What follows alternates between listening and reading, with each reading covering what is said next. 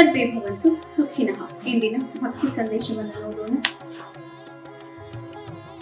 ಅನ್ನದ್ಭವಂತಿ ಭೂತಾನಿ ಪರ್ಜನ್ಯಾನ್ ಅನ್ನ ಸಂಭವಃ, ಯಜ್ಞಾದ್ಭವತಿ ಪರ್ಜನ್ಯೋ ಯಜ್ಞಃ ಕರ್ಮ ಸಮುದ್ಭವಃ. ಭಗವಂತ ಸೃಷ್ಟಿಕರ್ತ ಕೃಷ್ಣ ಪರಮಾತ್ಮ.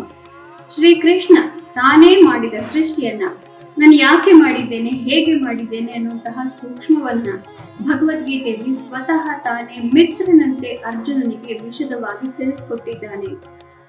ಮತ್ತೆ ಇದನ್ನ ಗೋಪ್ಯವಾಗಿ ಇಡಲಿಲ್ಲ. ಯಾರು ಬೇಕಾದ್ರೂ ಭಕ್ತರು ಅದನ್ನ ಓದಬಹುದು ಅಂತ ಕೂಡ ನಮಗೂ ಲಭ್ಯವಾಗಿ ವೇದವ್ಯಾಸರು ಬರೆದು ಹೋಗಿದ್ದಾರೆ.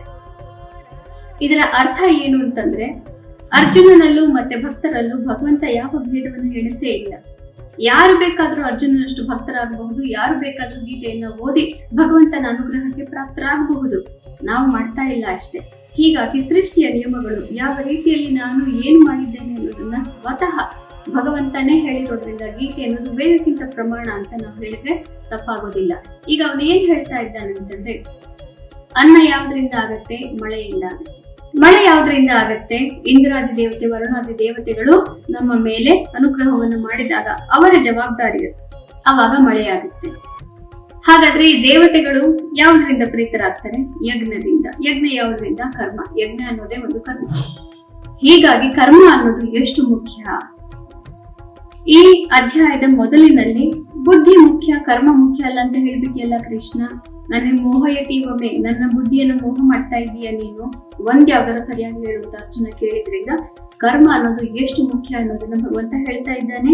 ಹಾಗೂ ನಿರ್ಲಿಪ್ತವಾಗಿ ಮಾಡಿದಂತಹ ಕರ್ಮದಿಂದ ಯಾವುದೇ ರೀತಿಯ ಕರ್ಮ ಫಲ ಬಂಧ ನಮಗೆ ಇರುವುದಿಲ್ಲ ಅನ್ನೋ ಸೂಕ್ಷ್ಮವನ್ನು ಕೂಡ ಹೇಳ್ತಾ ಇದ್ದಾನೆ. ಇಂದು ಶ್ರೀ ವಿಶ್ವಾವಸು ನಾಮ ಸಂವತ್ಸರೆ ದಕ್ಷಿಣಾಯನೇ ಶರದ್ ಋತು ಕಾರ್ತಿಕ ಮಾಸಿ ಕೃಷ್ಣ ಪಕ್ಷೆ. ಇಂದು 19ನೇ ತಾರೀಕು ಬುಧವಾರ, ಚತುರ್ದಶಿ ತಿಥಿ ಮತ್ತು ಇಂದು ಸ್ವಾತಿ ನಕ್ಷತ್ರ. ಇಂದಿನ ಭವಿಷ್ಯವನ್ನು ನೋಡೋಣ.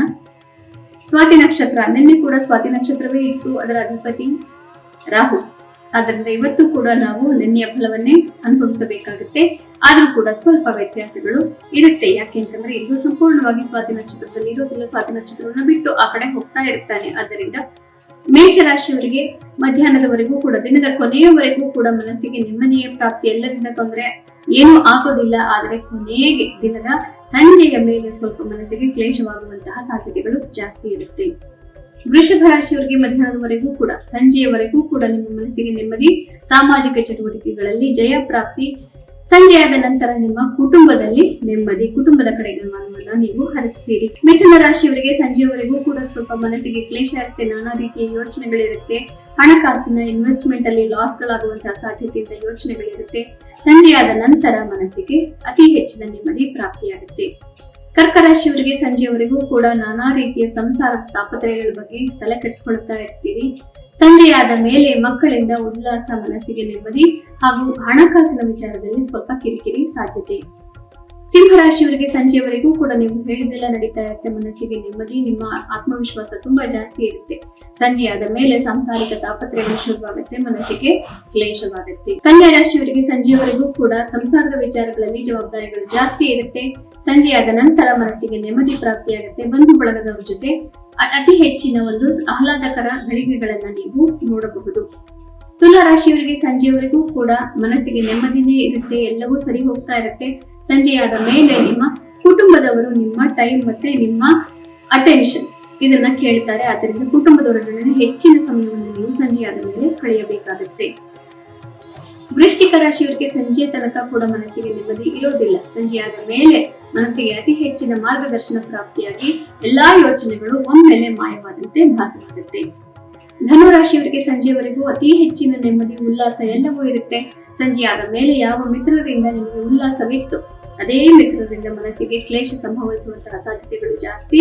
ಆದ್ದರಿಂದ ಸಂಜೆಯ ನಂತರ ಮುಖ್ಯ ನಿರ್ಧಾರಗಳು ಬೇಡ. ಮಕರ ರಾಶಿಯವರಿಗೆ ಸಂಜೆಯವರೆಗೂ ಕೂಡ ಕಾರ್ಯಕ್ಷೇತ್ರದ ಜವಾಬ್ದಾರಿಯಲ್ಲಿ ಅತಿ ಹೆಚ್ಚು ಕೆಲಸಗಳನ್ನ ಮಾಡ್ಕೊಳ್ತಾ ಇರ್ತೀರಿ, ಅದರಲ್ಲಿ ಮುಳುಗು ಹೋಗಿರ್ತೀರಿ. ಸಂಜೆಯಾದ ನಂತರ ಇಷ್ಟಾರ್ಥ ಸಿದ್ಧಿ, ಮನಸ್ಸಿಗೆ ನೆಮ್ಮದಿ. ಕುಂಭರಾಶಿಯವರಿಗೆ ಸಂಜೆಯವರೆಗೂ ಕೂಡ ಕಾರ್ಯಕ್ಷೇತ್ರದ ಜವಾಬ್ದಾರಿಗಳು, ಅದೃಷ್ಟ ಪರೀಕ್ಷೆ ಎಲ್ಲವೂ ನಡೀತಾ ಇರುತ್ತೆ. ಸಂಜೆಯಾದ ಮೇಲೆ ಜಯ ಪ್ರಾಪ್ತಿ, ಪ್ರತಿಷ್ಠೆ ಹೆಚ್ಚಾಗುತ್ತೆ. ಮೀನರಾಶಿಯವರಿಗೆ ಸಂಜೆಯವರೆಗೂ ಸ್ವಲ್ಪ ಕ್ಲೇಶಕರವಾದಂತಹ ದಿನವೇ ಆಗಿರುತ್ತೆ. ಅನೇಕ ರೀತಿಯಲ್ಲಿ ಮನಸ್ಸಿಗೆ ನೆಮ್ಮದಿ ಇರೋದಿಲ್ಲ. ಆದರೆ ಸಂಜೆಯಾದ ಮೇಲೆ ಎಲ್ಲವೂ ಬಗೆಹರಿದು ಮನಸ್ಸಿಗೆ ನೆಮ್ಮದಿ, ಮಾರ್ಗದರ್ಶನ ಎಲ್ಲವೂ ಪ್ರಾಪ್ತಿಯಾಗುತ್ತೆ. ಪುನಃ ನಾಳೆ ಭೇಟಿಯಾಗೋಣ. ಅಲ್ಲಿವರೆಗೂ ಕೂಡ ನಿಮಗೆ ತಿಳಿದೇ ಇದೆ ಭಗವದ್ಗೀತಾ ಶ್ಲೋಕದ ಪಠಣ, ಮನನ, ಲೇಖನ ಹಾಗೂ ಶ್ರವಣ ಇದ್ಯಾವುದನ್ನು ಮಾಡಿದ್ರು ಅತಿ ಹೆಚ್ಚು ಪುಣ್ಯ, ಎಲ್ಲವನ್ನು ಮಾಡಿದ್ರಂತೂ 4ರಷ್ಟು ಪುಣ್ಯ. ಶುಭಮಸ್ತು. ಶ್ರೀಕೃಷ್ಣ ವಿಜಯ.